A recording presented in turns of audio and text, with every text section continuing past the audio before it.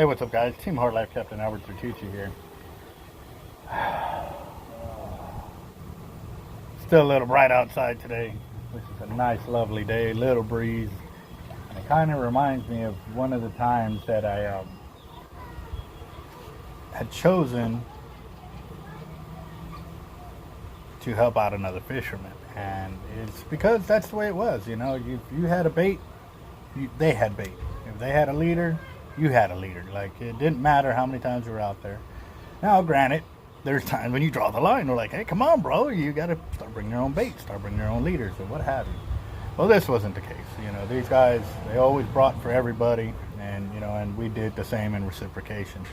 Those that didn't either caught bait for us, deployed bait for us, or did something in order to help us out, because obviously, you know, I mean, we understand. Everybody comes at a point where they don't have the money to do what we can do, or, you know, the ability to get the money and so forth. And, you know, me and several other guys had great jobs, and the amount of tackle to help them out and stuff, and, you know, they were helping us out, so it made our lives easier, which was always a positive. You know, whenever you help out other groups, they're willing to help you out. So this was part of it. And we got to the pier one night, and my buddy, he goes, hey man, he's like, what are you running for baits? So I pulled out, and I was really short on baits. Like, I probably had 4 baits, all little bitty, like cow nose, and I'm talking like about the size of my head kind of bait, which is really small.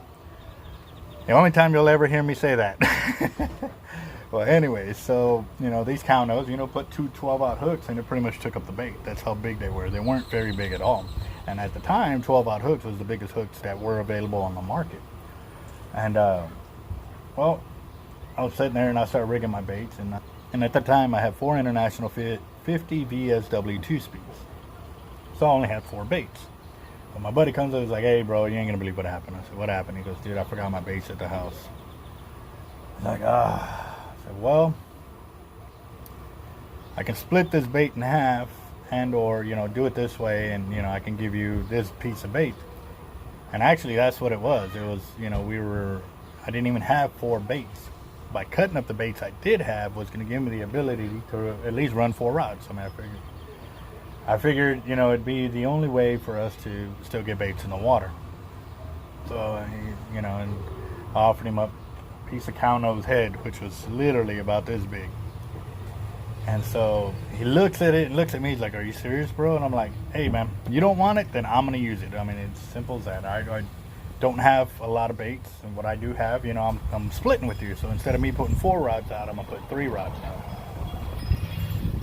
So, you know, he kind of moaned and groaned. I was like, shoot, leave it there. I'm going to use it. Either way, you know, it's going out. If you don't want it, I'll use it, you know, and then you'll be without a rod, you know. Finally, he gets it, and he's like, I've got another thing. And I was like, what now, bro? And he's like, I don't have any drops.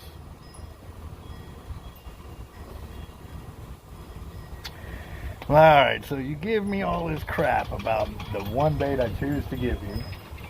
Now you're telling me you have no drops to put in the bait. Like, forget your weights too. No, I got those. I'm like, all right. So I'm sitting there and I'm like, all right. So I pull out a 12-aught and I give it to him. And he's like, look at that, you know, and there he goes again. And I was like, well, dude, you know, you want to complain about the bait, then leave it there. I got no worries about me using the bait and you having no baits out. It just means I'm going to catch more fish at the end of the day, you know. So finally he gets it on, and he's moaning and groaning. I was like, wow. I was like, so finally we get baits out. He runs far left. I take one up the middle, one to the right side, and one way off to the right over here. And we're on the end of Bob Hall Pier. And mind you, it's like 40 degrees outside. Wind started to blow at, you know, 15, 20, and then getting up into the 30s. So it was really getting cold out there. Well, after I landed my first 2 black tips, you know, I was kind of upset because they were throwing my beers away. They had more fish to bite. So finally, you know, this was one where I took off down the main stretch, and I took you know, 1 beer in my back pocket, and I tapped the first one. I said, here's your fish, you know. And then not really fish. I called it out. I said, here's your tiger. I said, because I knew that I was supposed to catch a tiger that day. Well, pop the top, crack it, take a drink, and no, but 2 seconds later, that reel goes to burning off. And I'm like, oh. I mean, it's just right here in the heart. I was like, I knew that was my fish, you know. So he starts to fight, and we go to fighting, you know, the fish, and you know, it goes from, you know, him complaining to be like, I knew that was the bait. I knew I was just giving you a hard time, and I was like, well, I don't want to hear it. Don't want to hear it because you know, now you're hooked up. I got no rods in the water, and we knew this was a monster shark. So it's running. We bring it up to the pier the first time in like an hour and 15, hour and 30 minutes. And he's pulling in on a 12-aught, an old school Penn Senator. And we get it up to the pier, and this is, wow, 16 years ago or something like that. It was a long, long time ago. And if it wasn't 16, it was probably 14 years. I mean, it was a good ways. And back, you know, I wanted a pair of my own shark jaws too, you know, big tiger, but I was still set on that point of if I'm going to kill one shark, a big tiger is going to be one, and then I'm going to release all the rest. Because, you know, we had already gotten into that rhythm of releasing a lot of shark at that time, but, you know, to catch one trophy, I'm about it, you know. Well, he brings it up to the pier, and we start getting the gaffs ready, and it comes around the left side of the pier. There's 2 pylons on the left side. And we're standing behind it. The shark comes around, guns through underneath the pier, and comes around again and does it. Like, so we're throwing the rod up underneath, you know, catching the line on this side, pulling it out. And as soon as we pull it out on the other side, the tiger shark doubles back and then cuts through the 2 pylons and runs out and starts caught a second wind and was peeling line off the reel. And at this time we noticed too, he had a bimini twist for his top section of his mono, which is probably, you know, 30 feet or something like that. Well, we noticed one of the lines was sagging, and at first he thought that his line had popped. And it's like, oh man, one of the top shots is already busted. It's like, no, it looks like it slipped. Well, we need to hurry up and get this shark in. So there we go. We catch the line on this side, drop the rod halfway through the pier, come out on this side, pull it back up. The fight is on. And then it did it again. I mean, this shark was just not leaving the pier. It was just circling the pylons. And, you know, now it reminds me that, you know, how smart these sharks are, that they know that's how they get away, is near the pylons. And this shark didn't want to leave the pylons. And then finally, you know, it took us a good 45 minutes of fandangling the reel, catching the line, and, you know, back and forth. And we finally get it up to the surface. He starts walking across. And I want to say he went across the front side of the pier to the other side, on the back side, when we finally got it up and we were finally able to put a gaff in it.